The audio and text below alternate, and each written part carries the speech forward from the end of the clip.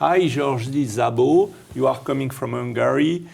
We are going to explore more in detail the work of Erwin Laszlo. We have done already a first video about this subject, an introductive video, but we won't go now more ahead in the details. So the books of Erwin Laszlo, the last book, The Self-Actualizing Cosmos, which is a new way to consider actually what is the reality, what is our universe, a new approach of the truth, of the global truth of the world, a global theory of everything. Yes.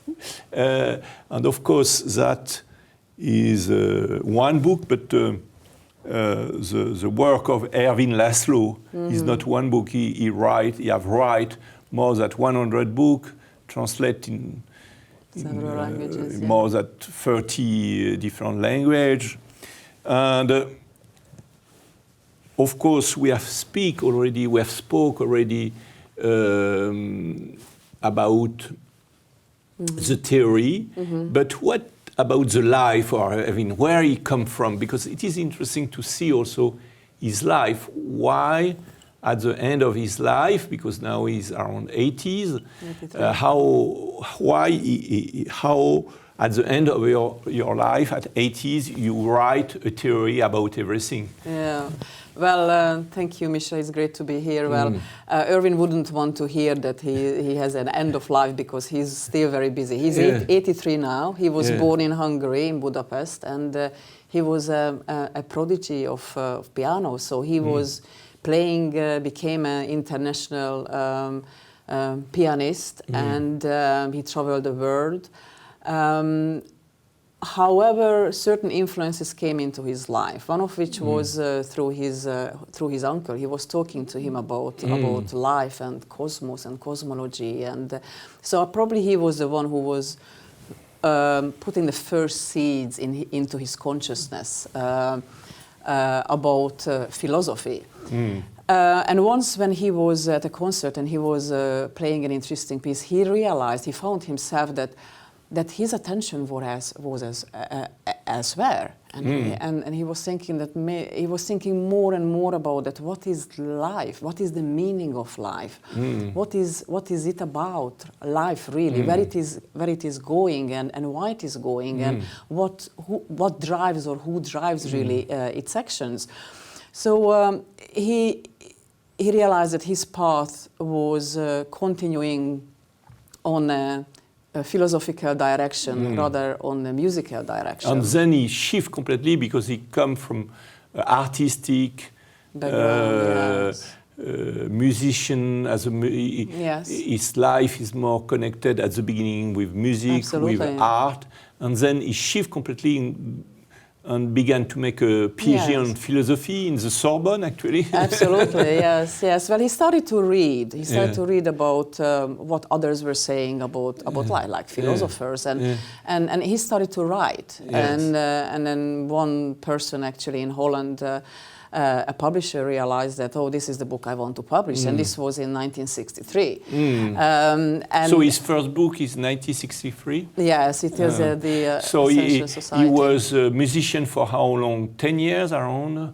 Or even more? No, much more. It was around like 20, 25. But he was 33 years old when he published his first book. And he began the music around 7, and then was already very well known at 15 years old. Yes, he won numerous competitions in Switzerland, in America, and so he was absolutely well known, and he had a clear path ahead of him. But obviously, he was put on this planet for a different reason as well. So this is where he and continued. the other part of his career was a shift also to. Let's say politics, not really politics, but United Nations, where he began to work with about the future of the planet. Yes. He was working in several projects. One of was the the goal of mankind, really. So he had a research team, and he was observing and studying and researching at what really makes society functioning as it is now. And so besides doing research project for the UN, he was working for a year for the GNSO and lots of different universities. And then after a while, he realized that he just really wanted to dedicate his life to researching and uncovering the truth, his truth really, and composing really his integral theory of everything, which is the Akasha plenum that he explains in several of his books. And I'm glad to say that there is another book of his coming out next year, and this is the new map of reality. That is the title. So it is even better and even more crystallized messages of his thinking.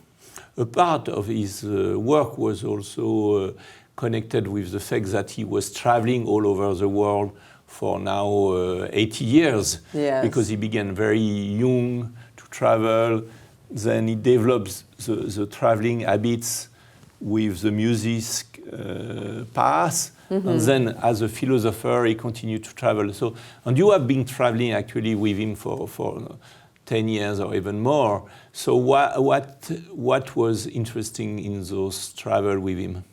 Oh, well, many things. I was actually observing that how people react to hearing about his philosophy. I felt that everybody resonates with it deeply. However, I found that many people came to me and said, Gyorgyi, but how do I change my consciousness? Professor Laszlo talks about that the consciousness really is fundamental in our universe, and my consciousness is a localized consciousness. It is the expression of the greater consciousness. One can call it God or super consciousness, as you will. So I realized that me understanding this philosophy, I have to manifest it in a different way. I have to actually, with your help and with the help of the Club of Budapest and with other organizations such as the Lille University as well, how to innovate, how to put this theory into practice to overcome our challenges, as we have been talking about for so long. So I feel that this is my quest, to have interaction one-to-one, to have group discussions and really innovate. It is not just talking about it, but how we actually make the change. Yes, that is linked with the last encyclic of the Pope, Catholic Church, Yes. About the fact that we have to take care of the planet, and we are just in the middle of the COP21 right now. So what is the message of Erwin for the planet? Well, we need to create a planetary consciousness. This planetary means that we know that we are connected to the planet, not just in a manifest way, but in an invisible domain as well. So we have to have this green consciousness, because without nature we cannot live. We cannot live. Nature may be able to survive without us.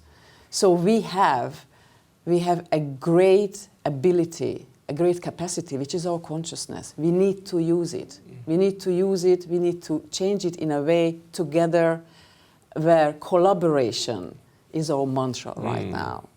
So I feel that this is what we need to do. We have to, yes. Yes, perhaps the key message is about the fact that we need to connect with this information field, the Akashic field. We need to connect to him and feel that we are connected and feel we are part of it. Yes. And perhaps being part of it, play the greatest role, really. Yes, Yes. play the good notes, the good music. Yes. Each of us are a musician, and we need to play in the good music in the larger. It is true. It is true, Michel. Let's really be true to our word at humankind. Let's really kind of like make humanity kind and kinder to each other, kinder to nature. And I think we can do it, but only together. Do you think, what is the position of Erwin? Let's conclude on this, about God. Very simple question. Well, he doesn't use the concept of God. He uses super consciousness, which is in fact probably the same, really. he talks about that the super consciousness really is the motivator, the drive, the information that puts the information in our world. So it is. He said to me once that it is design. It is there is a design. There is this conscious design in our universe. That the evolution of humankind, or the evolution of cosmos, is probabilistic. That it is for greater coherence, greater complexity. That is really the trend that he understands where the evolution of cosmos is going, and we are integral, intrinsic part of it. So this is his God, if I may say so. It is super consciousness. Thank you very much, Gyorgyi. Have a good journey in France, and see you soon, because I think that is just the beginning, as we should question now more all this work around God, the theology, the science, the art. It is a very interesting field, and we just touching the top the of the beginning iceberg of this thinking Absolutely. path. Thank you for your invitation.